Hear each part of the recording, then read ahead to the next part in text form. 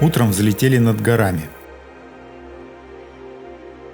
В этих местах в 50-х годах XX века Иван Антонович Ефремов, советский палеонтолог и писатель, провел 3 палеонтологических экспедиции, события которых он впоследствии описал в документальной повести «Дорога ветров».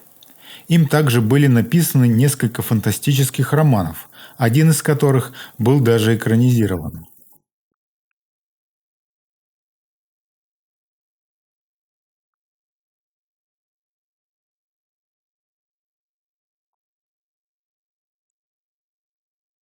Конечно, мы не смогли сдержаться и провели собственные поиски древних останков,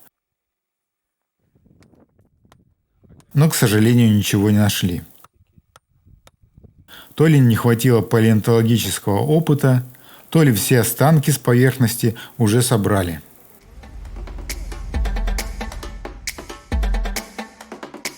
Мы двинулись в обратный путь, преодолевая по дороге различные преграды.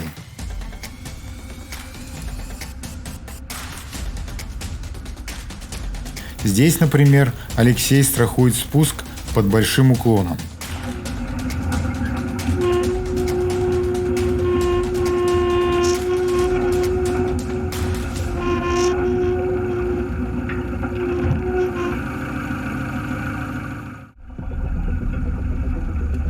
Дальше начался длинный извилистый каньон. Не совсем понимаю, как мы проехали по этим камням, но как-то проехали.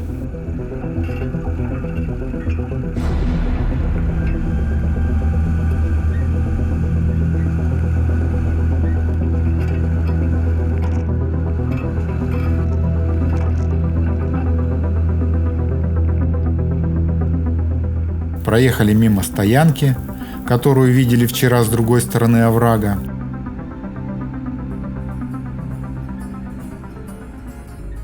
И, конечно, мы все время останавливались, чтобы снимать.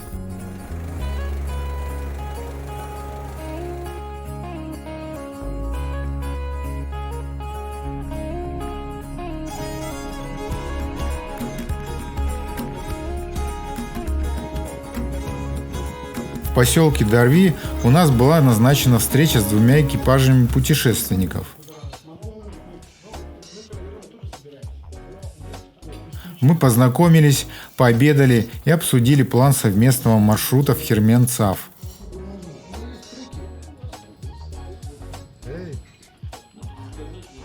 Это блюдо называется цуйван. На вкус как ленивые голубцы. Лапша, мясо, лук, морковь и картофель.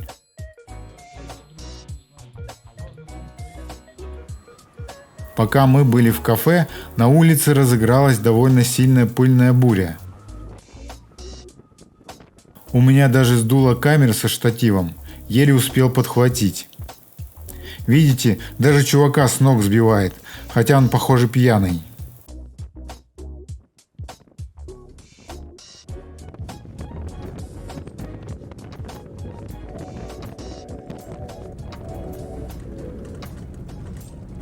Общая протяженность асфальтированных дорог в Монголии составляет 5100 километров.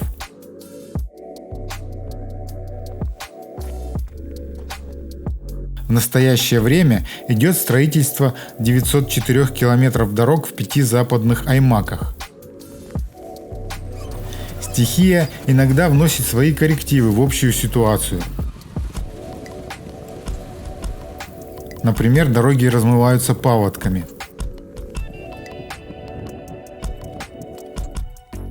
Наткнувшись на сгоревшую машину, мы решили заняться ремонтом. Поживились сегодня болтами. Мы потеряли один болт защиты машины, и Алексей сразу сообразил, что из сгоревшей машины можно содрать оставшиеся запчасти. Не знаю, как расчлененка, патологом анатомии. Пока Алексей копошился под капотом, мы поймали ящерицу.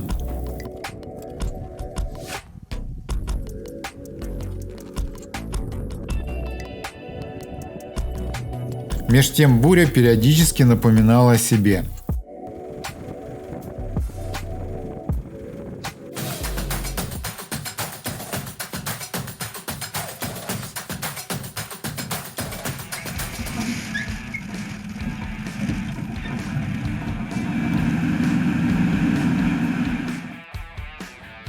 В Алтае залили 200 литров солярки на сумму 1530 тугров.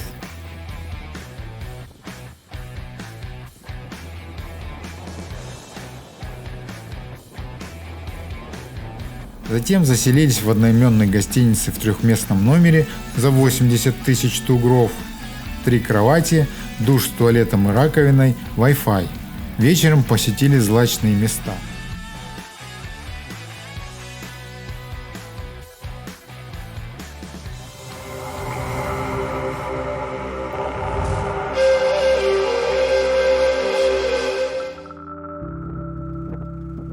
Ночью была сильная буря с дождем, и я очень радовался, что сегодня мы ночуем не в палатке.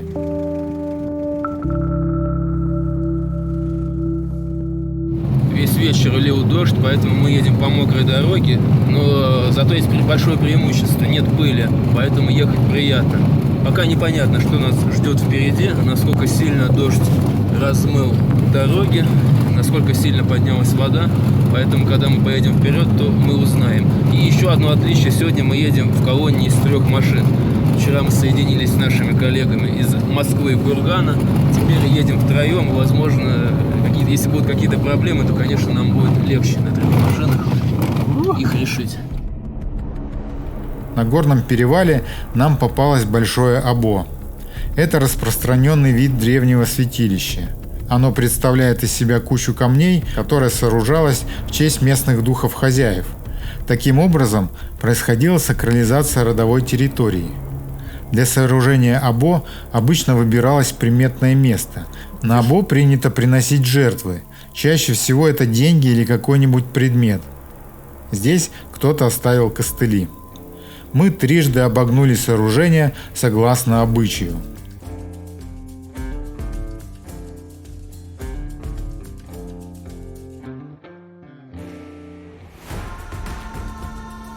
Преодолели перевал высотой около 2600 метров.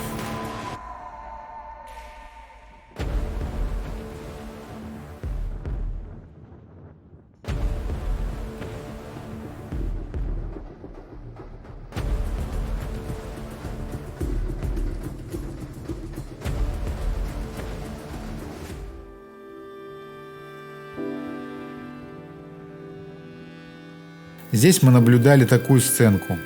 Семейная пара пасла стадо овец.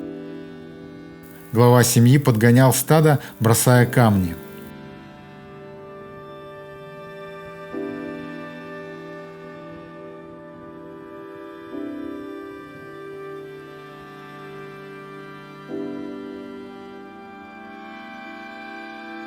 Потом они залезли на вершину и, видимо, обсуждали предстоящий день.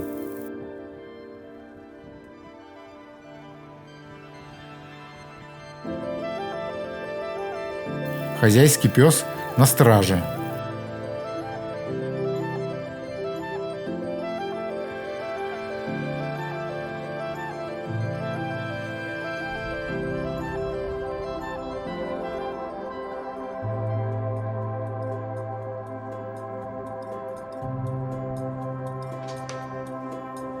В долине располагалась небольшая деревушка Наран.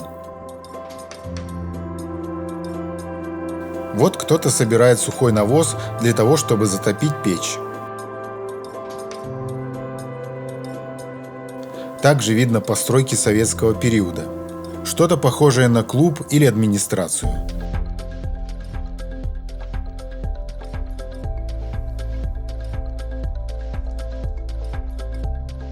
Нам попалась женщина, которая шла к ручью за водой, и мы познакомились с детьми. Ледяной ветер был им нипочем. Лично я за полчаса съемки продрог так, что зуб на зуб не попадал.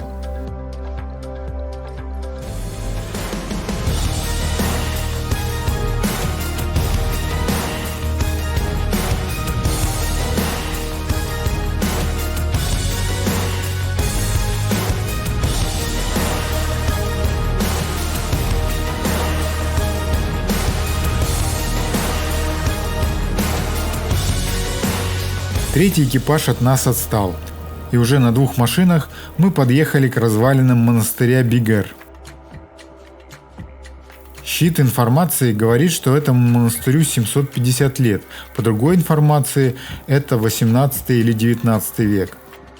От монастыря остались только стены из крупных глиняных блоков и недавно возведенный субурган. К этому времени ветер усилился и снова началась пыльная буря.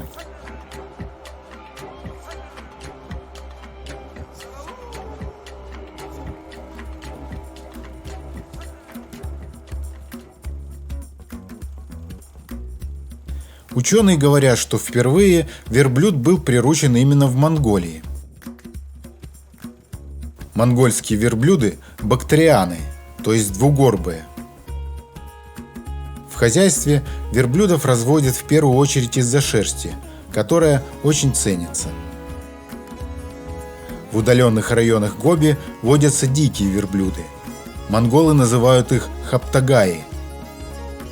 Самцы хаптагаев бывают опасны и нападают на домашних сородичей.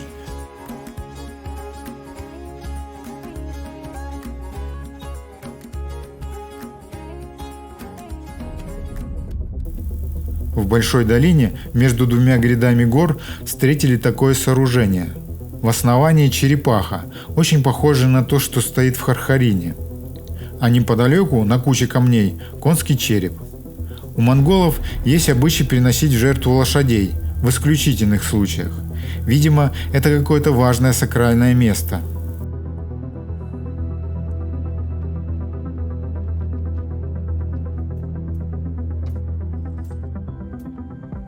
Запас угля в Монголии составляет более 160 миллиардов тонн. Это очень много.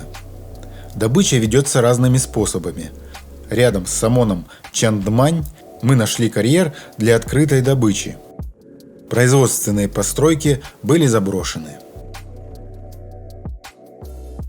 В этот раз мы ночевали двумя машинами. В лощине недалеко от озера Утар-Нур.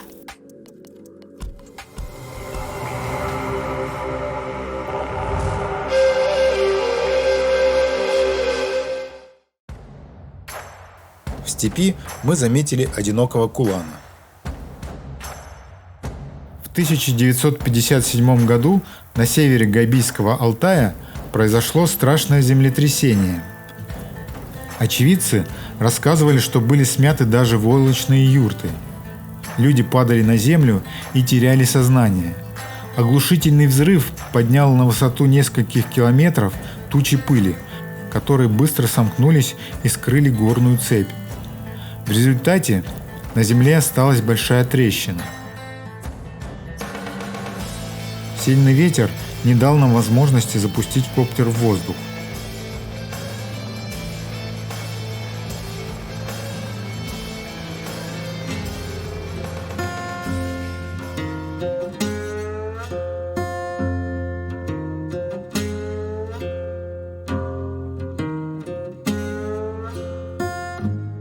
В засушливых районах воду можно купить на специальных пунктах.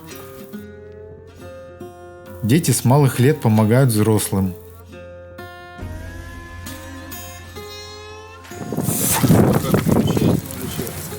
Мы пополнили запасы воды, заплатили 80 тугров за 20 литров. Горючее в этих местах есть, но лучше всегда иметь большой запас. Бензин на заправках, как правило, АИ-92. Дизельное топливо есть везде. Побродили по Самону Баян-Цаган, что-то похожее на сельсовет. Тут тусуются местные шахматисты.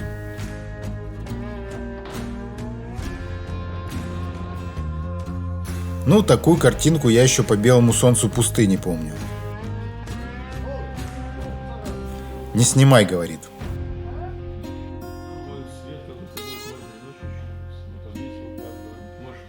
Пообедали чебуреками, встретились с остальной частью группы и отправились в район ночевки.